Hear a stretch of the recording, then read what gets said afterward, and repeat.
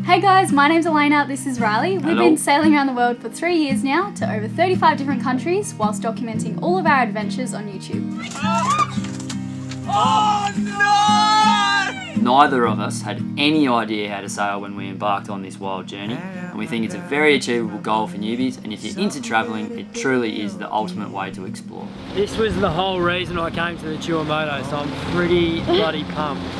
So the most common question we get asked is how can I make this dream of buying a sailboat and living on the ocean affordable? So today we have 8 hot tips to help get you on your way. Before we go too much further though, if you're new here, click the subscribe button and the notifications bell and you'll be notified immediately when Elena and I put out new videos.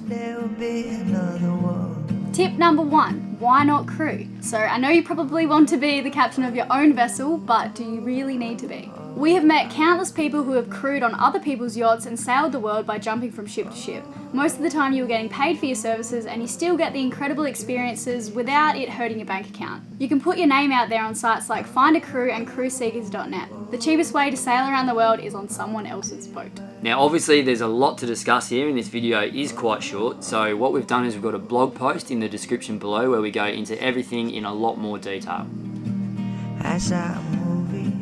Now, this deserves an entire video just to itself, but to sum it up, I would say that buying a boat in Europe or the Caribbean is half as expensive as it is in, say, Australia. So when buying a sailboat, you need to be thinking about things like, does it have a decent galley?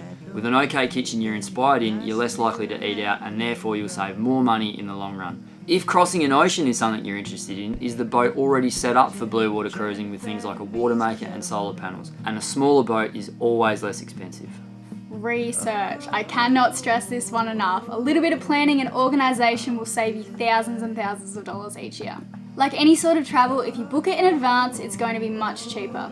For example, booking a marina to bunker down for the hurricane season. Research everything. Things like the cheapest countries to sail, markets to shop at, everything down to looking into your credit card international transaction fees will provide you an opportunity to save money. This sounds obvious, but if sailing around the world long term is a plan of yours, then look into working online. The internet is constantly getting better and better in remote places, and if you can get something going online before you set off, it can be a lot less daunting. Slow down your circumnavigation. Sometimes Riley and I, we get in the habit of moving too quickly because there's so many people to meet and so many new places to see, it can be really hard to stay put. But travelling fast can be costly. There's customs fees, sailing and rigging, diesel, and the odd surprise like going through the Panama Canal, which nearly sunk us. So I recommend finding an archipelago of islands like Los Roques, where the diesel is basically free and a lobster at a restaurant costs you around $5.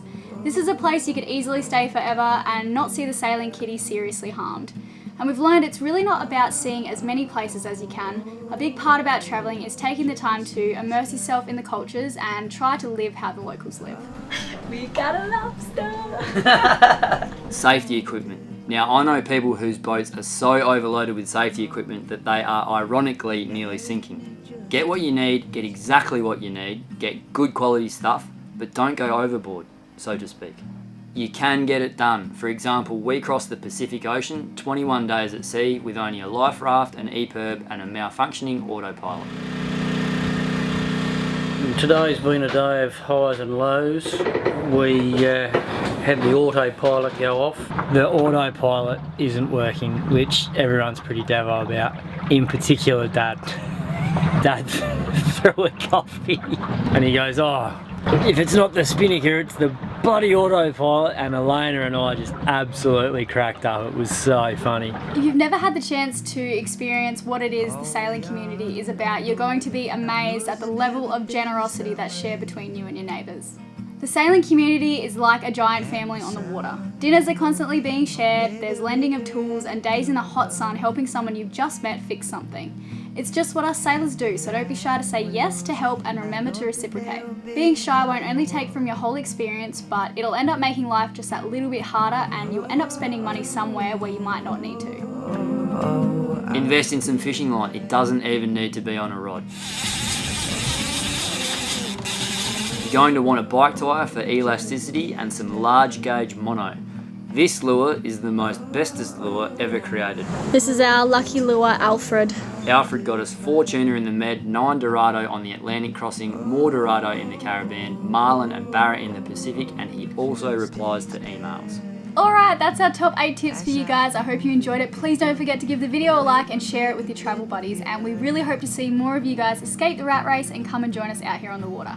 Please leave any of your own tips in the comment section below, and I'm sure we'll all learn a lot more by continuing the discussion down there. Absolutely. Alright guys, that's all from us. Thanks for watching and Cheers. see you later.